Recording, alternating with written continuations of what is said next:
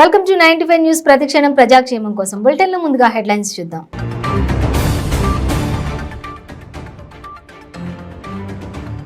దేశ రాజకీయాల్లో చోటు చేసుకున్న కీలక ఘట్టం. కాంగ్రెస్ అగ్రనేత రాహుల్ గాంధీపై అనర్హత వేటు.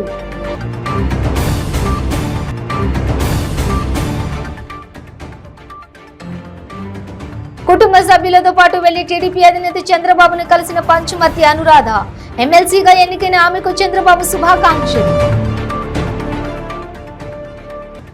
23 సంఖ్య తమకు కలిసి వచ్చేటట్లు చేశాడన్న మాజీ మంత్రి గంటా శ్రీనివాసరావు.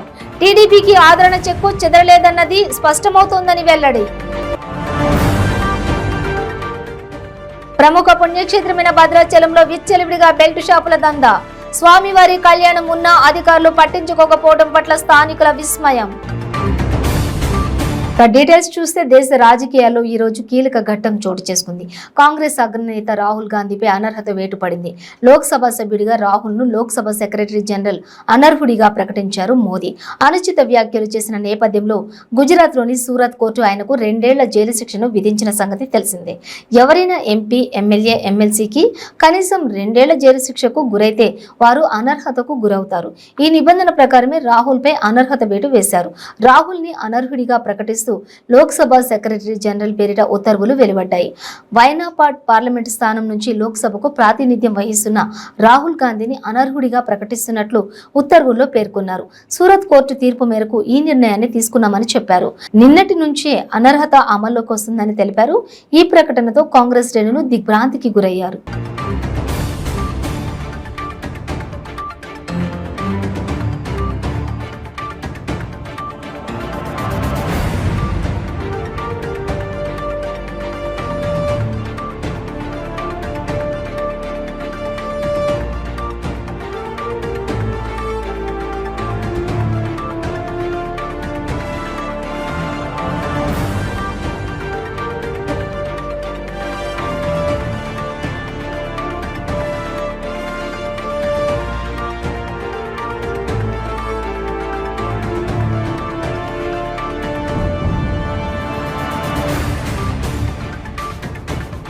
శాసనసభ్యులు కోట ఎమ్మెల్సీ ఎన్నికల్లో బరిలోకి దిగి టీడీపీ అభ్యర్థి పంచుమర్తి అనురాధ అనూహ్య విజయం సాధించిన విషయం తెలిసిందే.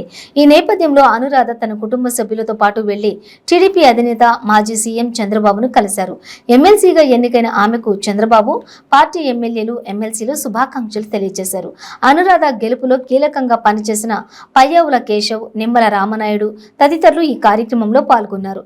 ఎమ్మెల్యే కోటాలో 7 ఎమ్మెల్సీ సీట్లకు ఎన్నికలు జరగగా 6 సీట్లను వైసీపీ గెలుచుకుంది. 1 సీట్ను టీడీపీ దక్కించుకుంది. టీడీపీకి సంఖ్యాబలం తక్కువగా ఉన్నప్పటికీ అనురాధ విజయం సాధించడం గమనార్హం. అభ్యర్థులందరిలోనూ అనురాధకే ఎక్కువ ఓట్లు రావడంతో మరో విశేషం.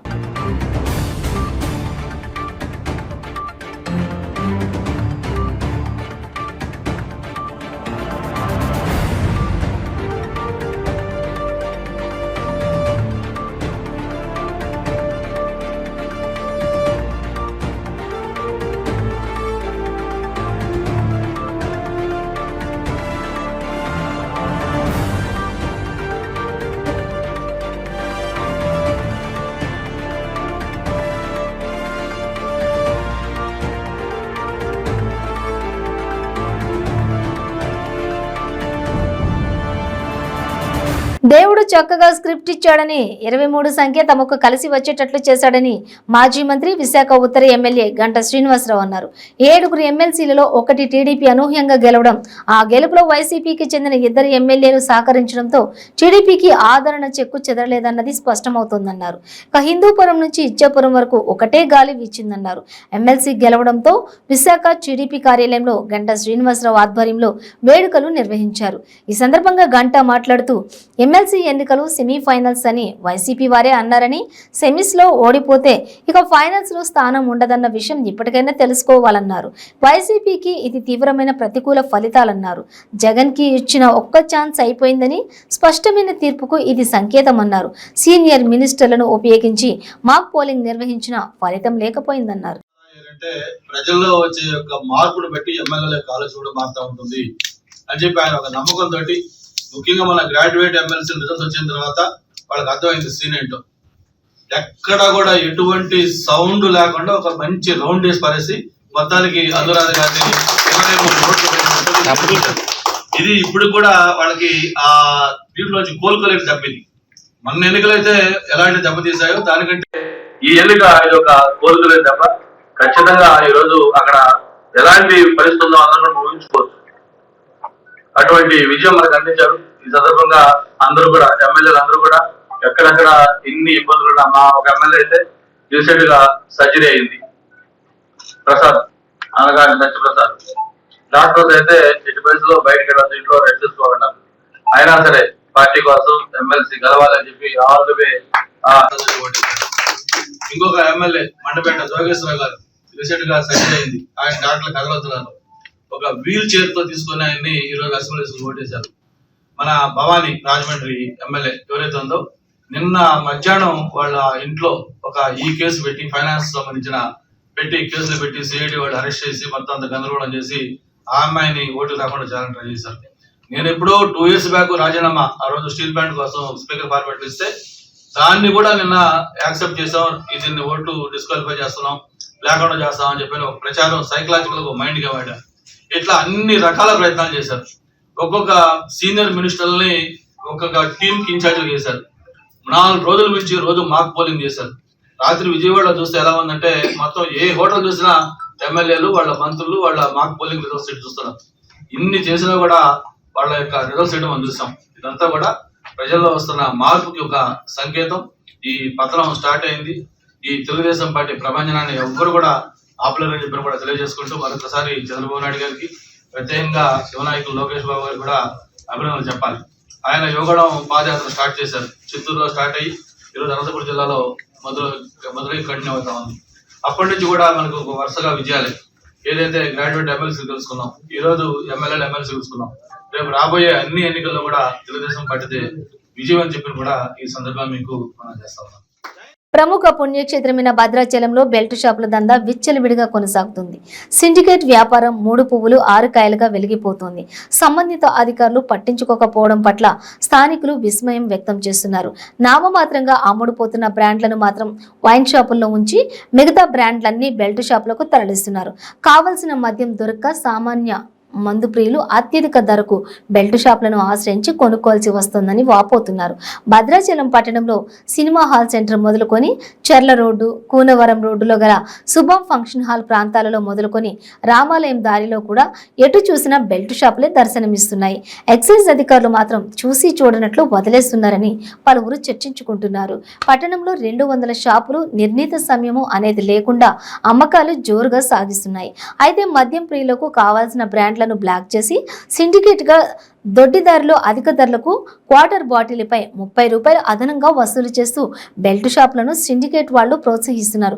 బెల్ట్ షాపులకు వెళ్లేసరికి అదనంగా 40 నుంచి 60 రూపాయల వరకు సామాన్య మద్యం ప్రియులు కొనుక్కోవాల్సి వస్తోందని ఆవేదన వ్యక్తం చేస్తున్నారు.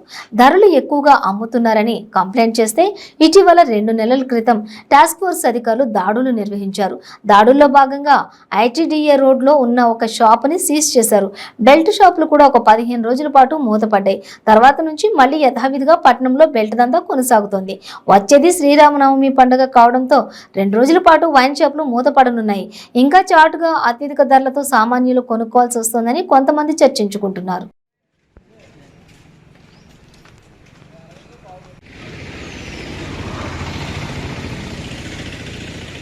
ఈరోజు భద్రాచలం పట్టణంలో మరి విచ్చలవిడిగా మద్యం గొలుసుకట్టు దుకాణాలు ఏర్పాటు చేసి మరి ప్రజల యొక్క ఆరోగ్యాలతో, ప్రజల యొక్క జీవితాలతో మద్యం వ్యాపారులు చెలగాటమాడుతూ ఉన్నారు. ఇలా సాక్షాత్తు దక్షిణ అయోధ్యగా పేరుగాంచిన భద్రాచలంలో రాముల వారి గుడి చుట్టే దాదాపు 10-15 బెల్ట్ షాపులు ఉండి, అదేవిధంగా భద్రాచలం పట్టణంలో ఏ మూల చూసినా, ఏ రోడ్లో చూసినా కూడా మరి విచ్చలవిడిగా ఎటువంటి ఇబ్బందులు లేకుండా మరి ప్రజల మీద బహిరంగంగా దోపిడీ చేయడానికి మద్యం సిండికేట్ వ్యాపారులు తయారైనారు. తక్షణం ఇలా ఎక్సైజ్ శాఖ అధికారులు కూడా ఇలా కళ్ళుండి చూడలేని స్థితిలో వాళ్ళు ఉన్నారు అని అర్థమవుతూ ఉంది. ఇలా భద్రాచలం పట్టణంలో అడ్డగోలుగా మద్యం బెల్ట్ షాపులు పెట్టి నిర్వహిస్తూ ఉంటే, మరి అనేక రకాలుగా ప్రజల్ని దోచుకుంటూ ఉంటే, ఉదయం పూట లేదు, సాయంత్రం పూట లేదు, అర్ధరాత్రి కూడా మరి ఇలా మద్యం దొరికే పరిస్థితి భద్రాచలంలో ఉంది. అదేవిధంగా స్కూల్ లేదు, బడి లేదు, గుడి లేదు. ఎక్కడ చోటు దొరికితే ఆ చోట్లో మద్యం షాపులు పెట్టి బెల్ట్ షాపులు పెట్టి విపరీతంగా మద్యం ప్రియుల్ని దోచుకుంటా ఉన్నారు. తక్షణం ఎక్సైజ్ శాఖ అధికారులు ఆలోచన చేసేయాలి.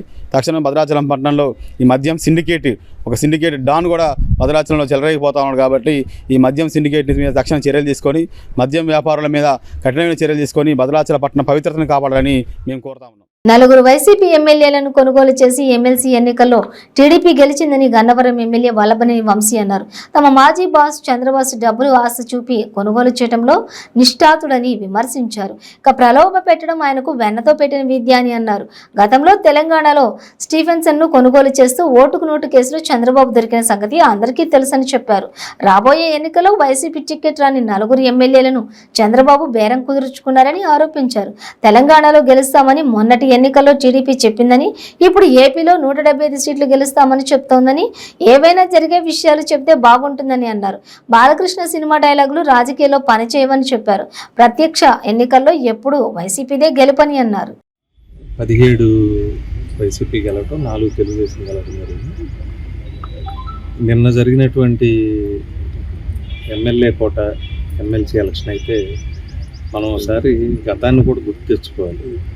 గతంలో తెలంగాణ రాష్ట్రంలో నోటు ఓటు అని చెప్పి స్టీఫెన్సన్ అని ఆయనకి డబ్బులు ఇవ్వబోయి దొరికి ఎందుకు చంద్రబాబు నాయుడు గారు హైదరాబాద్ నుంచి మళ్ళీ అమరావతి ఏరియాకి వచ్చేసారనేది కూడా మనందరికీ తెలుసు కదా. ఆ నోటు కోటు కేసు ఏమైంది, దాంట్లో ఎవరెవరు ఉన్నారు, ఎట్లా జరిగింది, అట్లా ప్రలోభ పెట్టడం అనేది ఆయనకు అలవాటు. కాబట్టి నన్ను కూడా కొంత ప్రలోభ పెట్టారు. సరే, వాళ్ళకు కూడా ఏదో పార్టీలో టికెట్ వచ్చే పరిస్థితి లేదు, సరే ఏదో ఉభయకుశలు వ్యాపారని వాళ్ళు సర్దుబాటు అయ్యారు. వాళ్ళు ఏమన్నా అడిగారు ఓటేయమని చెప్పి? నన్ను ఎవరు అడగరు. టీడీపీ వాళ్ళు ఒకరిద్దరు ఓటేసారు, అసంతృప్తితో ఉన్నారు అని చెప్పి అంటున్నారు. లేదు, అదంతా మైండ్ గేమ్, కన్ఫ్యూజన్ క్రియేట్ చేయడానికి చెప్తే ఎవరు ఓటేశారు అనేది క్లియర్గా తెలిసిపోయింది. అక్కడ ఓటు బట్టి ఐడెంటిఫై చేశారు.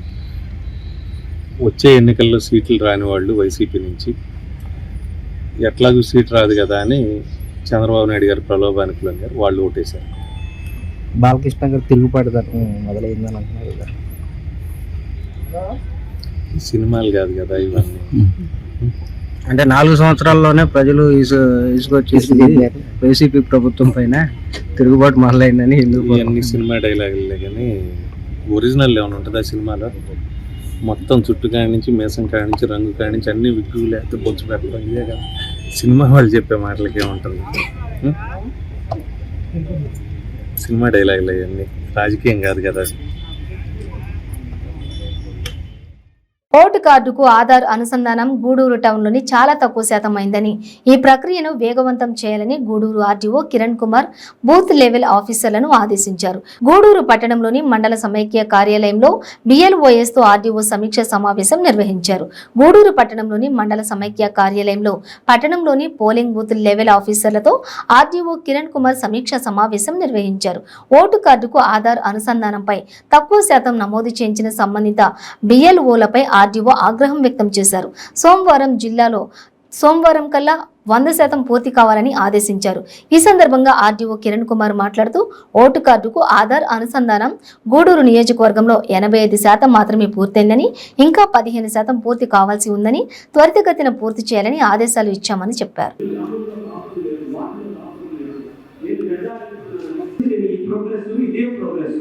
మళ్ళీ 3 రోజుల తర్వాత మళ్ళీ నేను మీటింగ్ పెడతాను. మండే 50 నుంచి 59% చేసిన వాళ్ళు 6 మంది ఉన్నారు. కాబట్టి ఈ 12 మంది BLOస్తో పాటు మిగతా అందరికీ మీటింగ్ పెట్టుకొని ఎక్కడెక్కడ ఓటర్స్ యొక్క ఆధార్ కలెక్ట్ చేయలేదు, వాటిని పిన్ పాయింటింగ్గా మొత్తం ఓటర్ల సంఖ్య ఎంత, వాళ్ళు ఆధార్ కలెక్ట్ చేసిన ఓటర్ల సంఖ్య ఎంత, ఆధార్ కలెక్ట్ చేయని వాళ్ళ ఓటర్ల సంఖ్య ఎంత, వాళ్ళ పర్సంటేజ్ ఎంత, ఒక్కొక్కరికి ఇన్ఫర్మేషన్ ఇవ్వడమే కాకుండా నెక్స్ట్ మండే మధ్యాహ్నం 3 గంటలకు ఈ 30 నుంచి 39% ఎవరైతే ఉన్నారో వాళ్ళు 59% వాళ్ళు రీచ్ అవ్వాలి.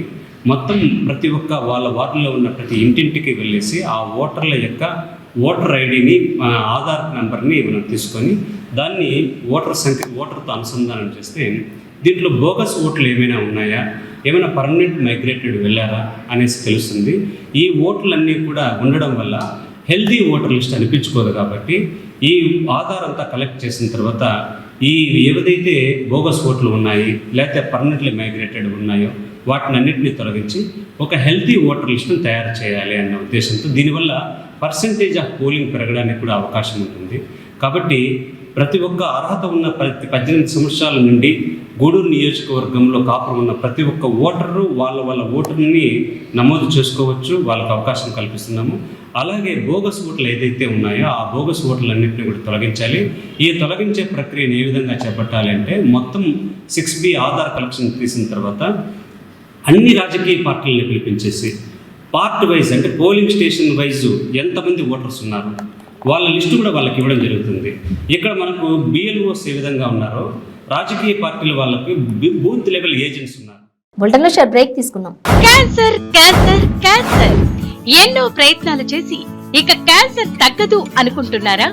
ఒక్కసారి ఈ మెడిసిన్ 30 రోజుల కోర్సు వాడి ఫలితాన్ని చూడండి. GMP certified, AYUSH certified, government approval పొందినది.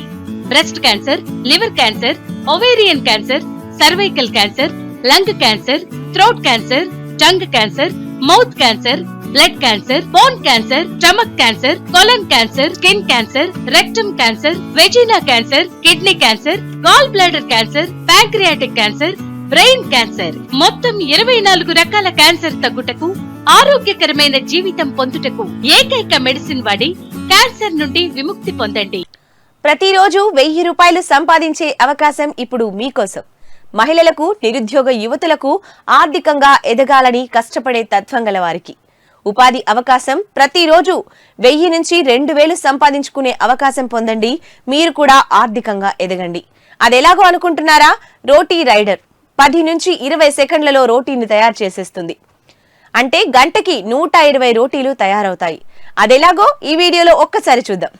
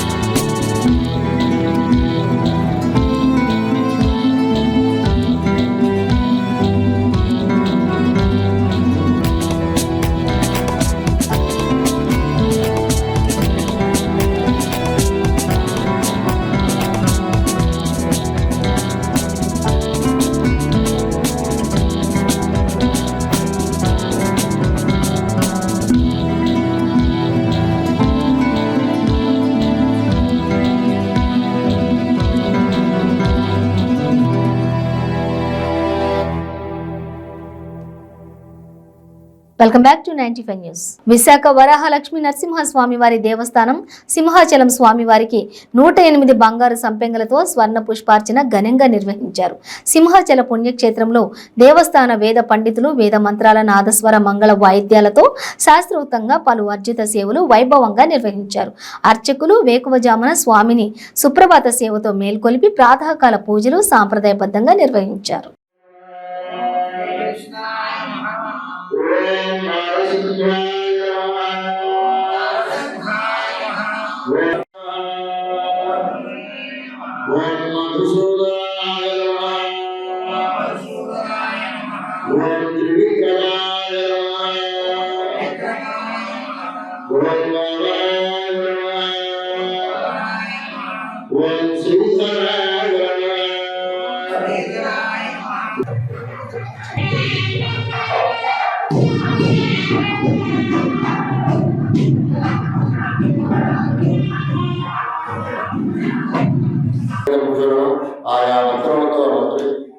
నిమంత్రించి ఆ మంత్రింపబడినటువంటి తీర్థాన్ని మన పైన ప్రోక్షణ చేశారు. ఆ ప్రోక్షణ వల్ల మనం బాహ్య అంతరంగా పరిశుద్ధులం అయ్యాము. ఇప్పుడు స్వామివారికి అర్ఘ్యాది ఉపచారం. ప్రాచీన యుద్ధ కళల పట్ల ప్రతి ఒక్కరిలో ఆసక్తి నింపాలని సినీ నటుడు సుమన్ తల్వార్ అన్నారు. క్రీడల్లో భాగమైన కరాటేకు ప్రత్యేక స్థానం ఉందని తెలిపారు. విశాఖలో 8వ జిల్లా స్థాయి వాడుకాయి కరాటే పోటీల బెల్ట్ టెస్ట్ అవార్డుల ప్రధానోత్సవ కార్యక్రమంలో పాల్గొన్నారు. ఆత్మరక్షణకు కరాటే దోహదపడుతుందని అన్నారు. చిన్న వయసులోని విద్యార్థులకు చదువుతో పాటు అన్ని రంగాలలో రాణించేలా పాఠశాలలు, యాజమాన్యాలు కృషి చేయాలని కోరారు.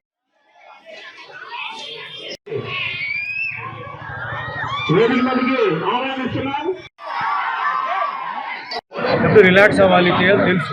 సో వాళ్ళు వదిలేయండి, వాళ్ళకి టైం మటుకి వాళ్ళు వేరే విధంగా డిస్టర్బ్ చేయకుండా ఓన్లీ ఎడ్యుకేషన్ మీదనే వాళ్ళు ఎంతో రకరకాల ప్రాబ్లమ్స్ రావచ్చు.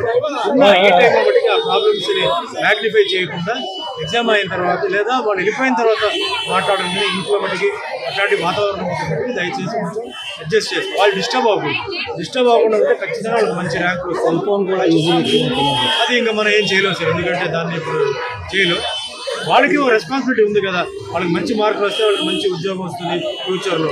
సో వాళ్ళకి ఇప్పుడైనా 10th క్లాస్ పిల్లలు ఇమ్మెచ్యూర్ ఏం కాదు, వాళ్ళు మెచ్యూర్డ్, మెంటలీ మెచ్యూర్డ్ వాళ్ళు.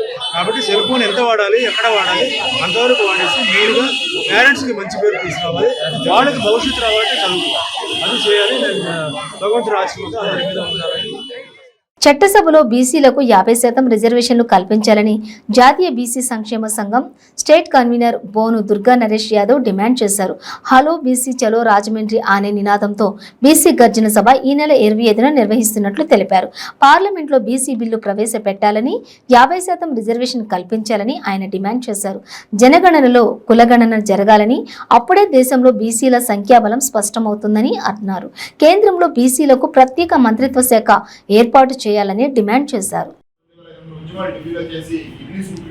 ఏకైక బీసీ టైగర్ ఆయనకి రాజ్యసభని ఫ్రీగా ఉచితంగా ఇచ్చి, అన్న మీరు ఇన్నాళ్ళు జంతర్మంతర్ దగ్గర ఢిల్లీ రోడ్డు మీద పోరాటం చేశారు, ఇవాళ బీసీ వాయిస్ ని రాజ్యసభలో ఎక్కించమని చిన్నవాడైనా సరే ఒక ప్రభుత్వంతో కృష్ణయ్య గారికి అది ఇవ్వడం మా జాతీయ బీసీ సంక్షేమ సంఘానికి కాదు, బీసీలందరినీ కూడా ఆయన ఒక గౌరవం ఇచ్చారు.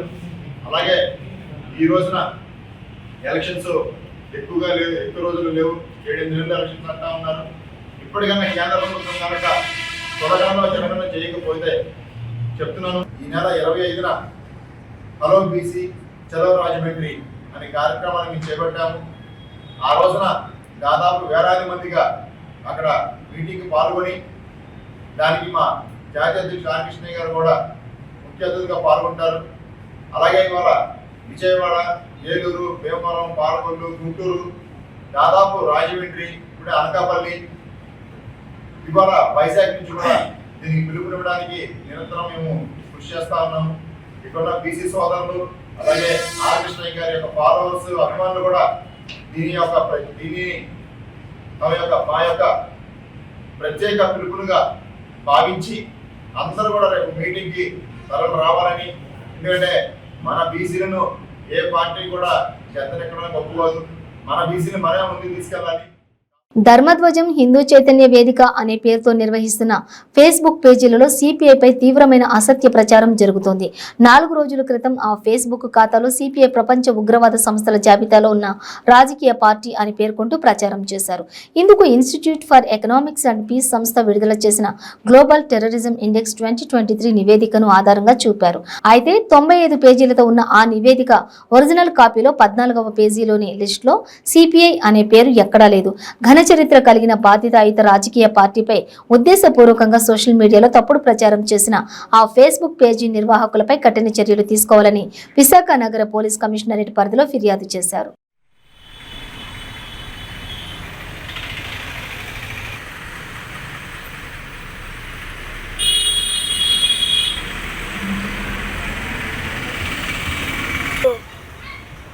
విశాఖ నగర పోలీస్ కమిషనర్ గారిని సిపిఐ బృందం ఫిర్యాదు చేయడానికి వచ్చాం. సిపి గారు G20 సమావేశం నిర్వహణలో ఉన్నందువలన అందుకని రాలేదు, ఆఫీసులో లేదని చెప్పారు. వారి కార్యాలయంలో ఫిర్యాదు ఇవ్వడం జరిగింది. ధర్మధ్వజ హిందూ చైతన్య సంస్థ అనే ఒక ఆర్ఎస్ఎస్ బ్యాక్గ్రౌండ్ కలిగినటువంటి సంస్థ భారత కమ్యూనిస్ట్ పార్టీ సిపిఐ మీద అనేక రకాలుగా తప్పుడు ప్రచారం చేస్తూ ఫేస్బుక్లో వాళ్ళ పేజీలో ఈ భారత కమ్యూనిస్ట్ పార్టీ ప్రపంచంలోనే ఒక ప్రమాదకరమైన ఉగ్రవాద పార్టీ అని పోస్టులు పెట్టింది. ఇది economics and research peace for times 95 పేజీల నివేదిక ఇస్తే ఆ నివేదికలో ఎక్కడా సిపిఐ పేరు లేదు. వీళ్ళు దాన్ని ఫేక్ చేసి భారత కమ్యూనిస్ట్ పార్టీ ప్రపంచంలోనే అత్యంత ప్రమాదమైన టెర్రరిస్ట్ పార్టీ అని పెట్టడం జరిగింది. దాన్ని మేము ఖండిస్తూ ఈరోజు సిపి గారికి మేము ఫిర్యాదు చేశాం. ప్రతినిధి బృందం తరఫున భారత కమ్యూనిస్ట్ పార్టీ భారతదేశ స్వాతంత్ర సంగ్రామ పోరాటంలో వీరోచితమైన పోరాటం చేసింది. అంతేకాకుండా పార్లమెంట్లో గీతా ముఖర్జీ, హీరేన్ ముఖర్జీ, పార్వతీ కృష్ణన్, సురవణ సుధాకర్ రెడ్డి, తర్వాత డి రాజా ఇలాంటి వాళ్ళందరూ వన్నె తెచ్చినటువంటి బిల్లుల మీద చర్చల్లో పాల్గొని ప్రజల పక్షాన, పేద ప్రజల పక్షాన, మధ్యతరగతి పక్షాన నిలబడ్డారు. అనేక చట్టాలు చేయడంలో, రూపకల్పన చేయడంలో తీవ్రమైన మంచి పాత్ర పోషించారు. అదేవిధంగా నేషనల్ ఫ్రంట్ ప్రభుత్వంలో మా పార్లమెంటు సభ్యుడు ఇంద్రజిత్ గుప్తా గారు కీలకమైన హోంశాఖ బాధ్యతలు నిర్వహించి ఈ దేశ ప్రజలకు సేవలు అందించారు.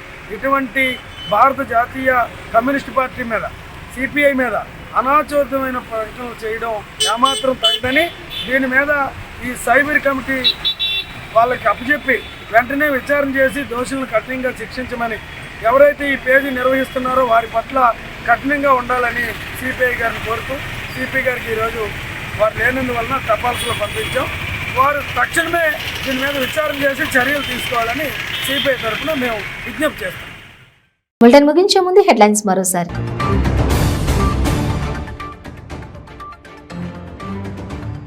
దేశ రాజకీయాల్లో చోటు చేసుకున్న కీలక ఘట్టం, కాంగ్రెస్ అగ్రనేత రాహుల్ గాంధీపై అనర్హత వేటు.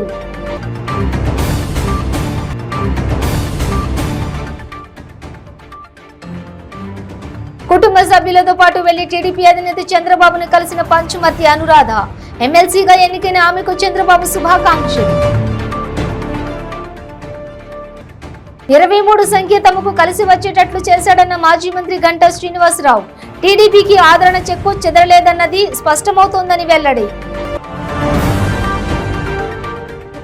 ప్రముఖ పుణ్యక్షేత్రమైన భద్రాచలంలో విచ్చలవిడిగా బెల్ట్ షాపుల దందా, స్వామివారి కళ్యాణం ఉన్నా అధికారులు పట్టించుకోకపోవడం పట్ల స్థానికుల విస్మయం.